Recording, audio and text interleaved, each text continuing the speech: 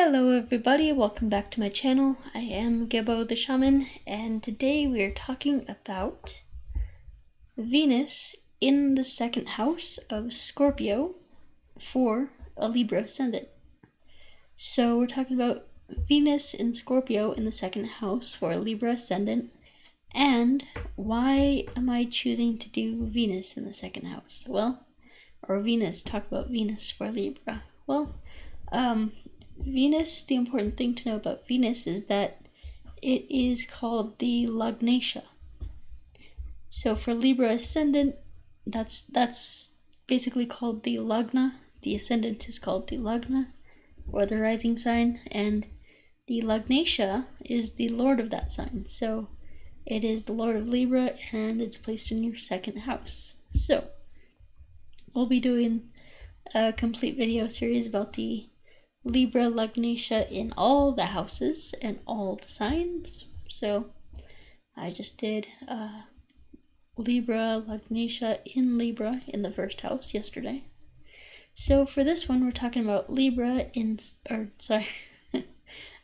in Scorpio in the second house. So, alright, let's get into it. So before we get into it, just some things to keep in mind. I do have a lot of things for sale right now, so you can go check them out up here. You can go to gebotheshaman.com to check out everything that I have for sale. I do have astrology consultations, astrology reports, astrology certification courses, and birth time rectifications, so you can check those out. Alright, so what is Venus in Scorpio in the second house? Well, Venus is the ruler of your first house, so that means that it is, its position in your chart is very important to your kind of your perspective, how you see the world, your personality, and things like that. So, it's also, it's Venus. It's, it's a great, science, or planet. So, Venus in Scorpio in the second house. Okay, so, we shall begin with Venus. What is Venus? Venus is the planet of,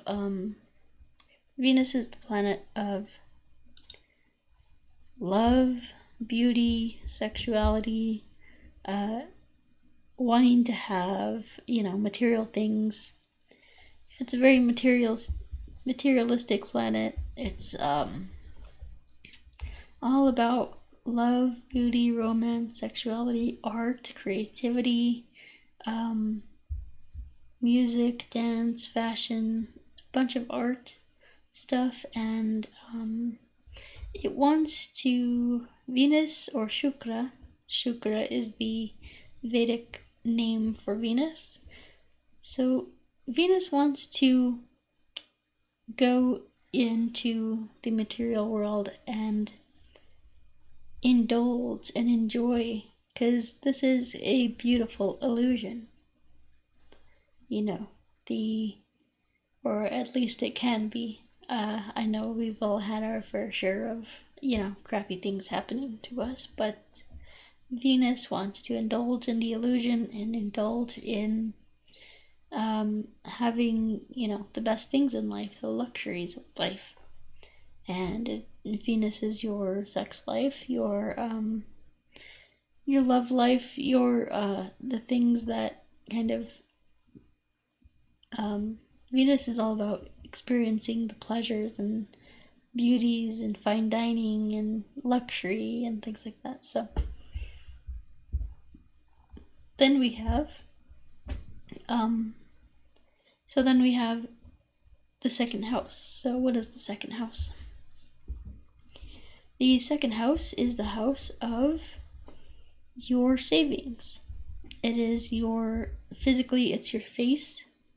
It's your savings, your value, how you feel about yourself. It is the 11th house from the 4th house, meaning it is the gains of the mother. So when we are little, our mother gives us encouragement, confidence, self-esteem, and things like that, or at least that's how it should be. So, it's so second house is basically an indicator of your savings, your possessions, your everything that you have in your possession. So let's say if that's a $100 million antique piece of whatever, art or furniture or whatever, then that's in your possession, and it's that still counts as like savings. That's your valuables. So anyway, let's see here. Then we have Scorpio. So Scorpio represents the occult, the mysteries of the world, the surgery, sudden transformations, sudden ups and downs, birth, death, sex, transformation, sudden ups and downs, sudden gains and losses. It is very transformative, and it's all about the mysteries of the world, the secrets of the world, and it wants to go in and dive deep into those secrets, the unconscious. The Scorpio is very much related to psychology, deep psychology, digging deep. Kind of like you have to dig deep to heal any wound, whether it's a physical wound or a psychological or mental wound. So for this placement, we have Scorpio in the second house. So Scorpio in the second is, the second house is your value, it's what you love, your family values, what you were taught, both like inheritances and moral values, things like that. It's your possessions and things like that. So second house is also your family. So so basically with Scorpio in the second, we have someone who is very interested in the occult, in different occult sciences, whether that be Tantra or Vedic astrology or tarot readings, rune readings, things like that. Those are all very, into the occult. So, and then we have, we have Venus here. So anywhere that your Venus is placed kind of represents your sexual desires, sex life, and things like that. So Venus and Scorpio, like these are the people who date and they once they become obsessed with somebody or like fall in love with them or whatever, they will just dive deep. They're like, screw the conventional way of going about this, screw the waiting for, the fourth date to kiss or to sleep together. It's like once Venus in this position falls for you, it's like she just he or she will want to basically just sleep with you on the first date kind of thing. So once they are like interested, once they like you. So if So if they don't like you, then it's just kind of they're not interested. So it's just like they don't want anything to do with you. They don't even want to talk to you. But for someone that they are interested in, they will skip the the getting to know each other part and go to the deepest part of getting to know someone, which is sexually. And so it's it's like it's very intense, very fiery, very it's because, again, like you got to look at what's going on in your fourth house, because Venus or like Libra ascendants, we didn't get. And speaking as a Libra ascendant, I don't have this placement of Venus, but I do have Scorpio in the second. So we didn't get our motherly nourishment. Just didn't happen. Our mother didn't have the mental resources to give us the love that we needed during childhood, especially during our infancy and things like that. Our mothers were busy working. So yeah, anyway, then we have so that's why we kind of want to have that nourishment from our sexual relations, because we didn't get it from mom, and especially Libra men with this position. Yep.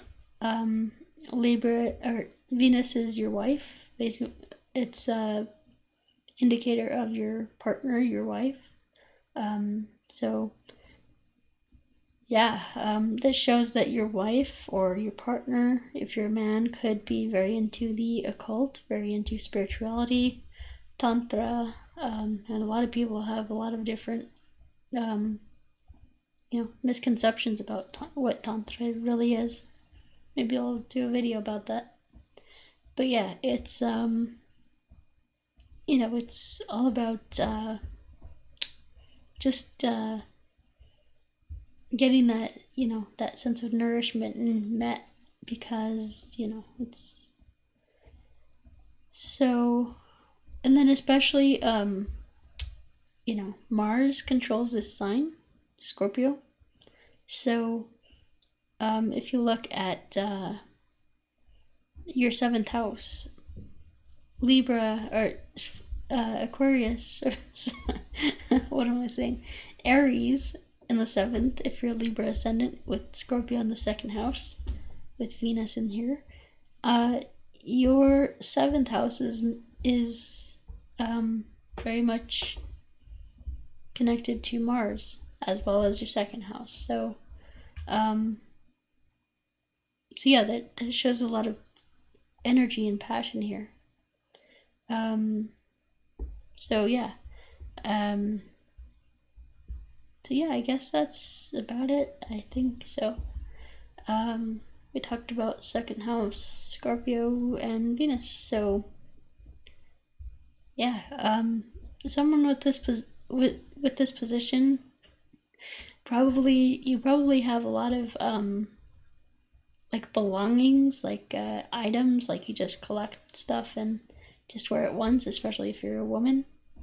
Probably just collect clothes and wear it once and like put it in your giant closet. So, or maybe if you don't have a giant closet, your closet is like bursting out of the door. So that's another thing seen from this one. Because why?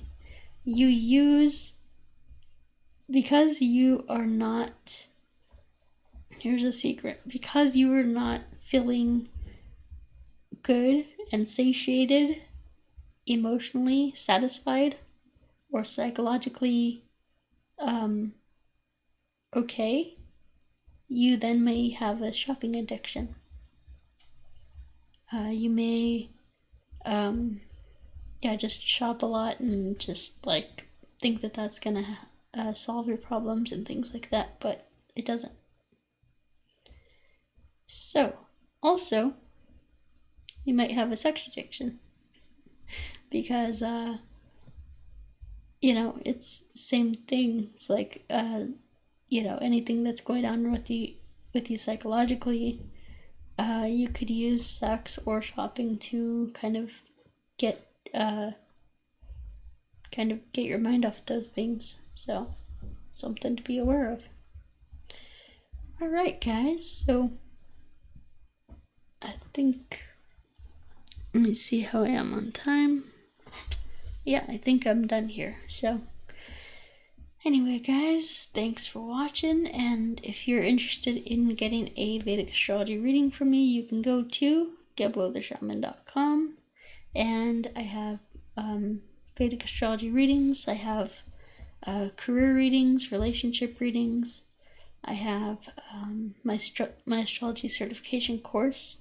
And that basically, if you take the test and pass the test, I will then give you your own website and promote you on my channel, so you can start getting clients as soon as possible. And then we have Qigong courses. So we have Qigong courses, and those are extremely good for, like, really redeveloping your sense of, your relationship with yourself.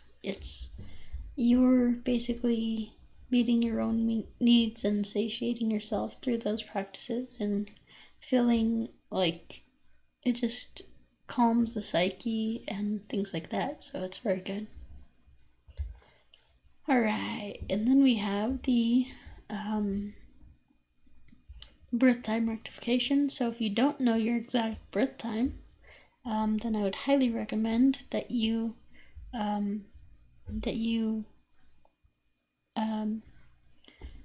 go ahead and book a birth time rectification, because basically it's very hard to, especially in Vedic astrology, to figure out your birth chart based on, in Vedic astrology the ascendant changes every 2 hours, so that's what we work off of. And it's even divisional charts changes every like 15 minutes or 5 minutes or 2 minutes.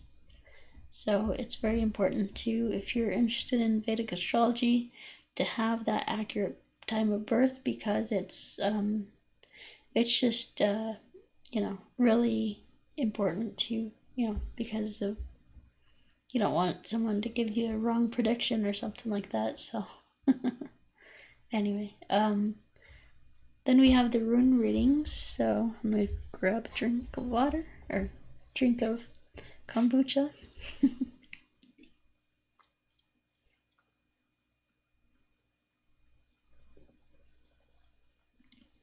Okay, so we have the rune readings, and that is basically geared to give you like the kind of what you are experiencing currently and what's about to happen to you kind of in the immediate future. So those rune readings are really good because they cover the 9 aspects of yourself. They cover your current conscious experience, your physical body, your health. They talk about what's to come in the near future, what your hopes and wishes are, and advice on that. Your identity, identity issues and advice on that. What you're manifesting and what you're creating in this world based on your subconscious mind. And then the actions that you were taking, and advice how to make better actions and things like that. And then we have your unconscious mind. So it's all about the unconscious and what's in the unconscious. Then we have your relationships and advice on that, and also any like the advice that the higher self or ascended masters are giving you. So it's very helpful to kind of get a layout of what's currently going on in your life and how to better manage it. So then we have the career coaching and the life coaching. So so if people are confused or maybe afraid to do something that they've been thinking about, or it happens, these things happen. Especially for me, it's like every time I release a new course or do something new, it's always that, fear and anxiety kind of thing. But when you follow your soul, the universe has no choice but to help you and to support you in that. We don't live in a cruel universe. We live in a very loving universe. So, that means that the universe supports you when you go after what you want to do. And then we have the trauma healing course. So this is also called the emotional awareness course. I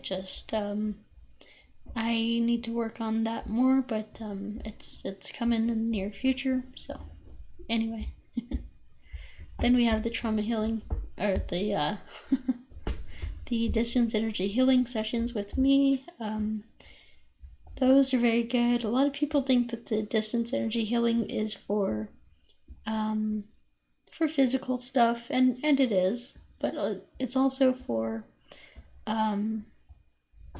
releasing emotions, because we all carry around these emotions that sit silently in the back of our heads, the back of our minds, and we're too afraid to open up and talk about them or see them or experience them. And so this goes into that part of your mind and just clears out all those emotions and brings them up for release. It is very powerful, very transformative, and it works on these, psycho-spiritual level, the emotional level, the energetic level. So emotions are energy. Alright, so we have the Qigong courses. I would highly recommend that you check out the Self-Transformation Challenge right here. I do have it bundled together with this course, the Cosmic Qigong course, so you can get these both courses for a great price. So I highly recommend that. And so that's about it. So we will talk to you guys next time. Peace.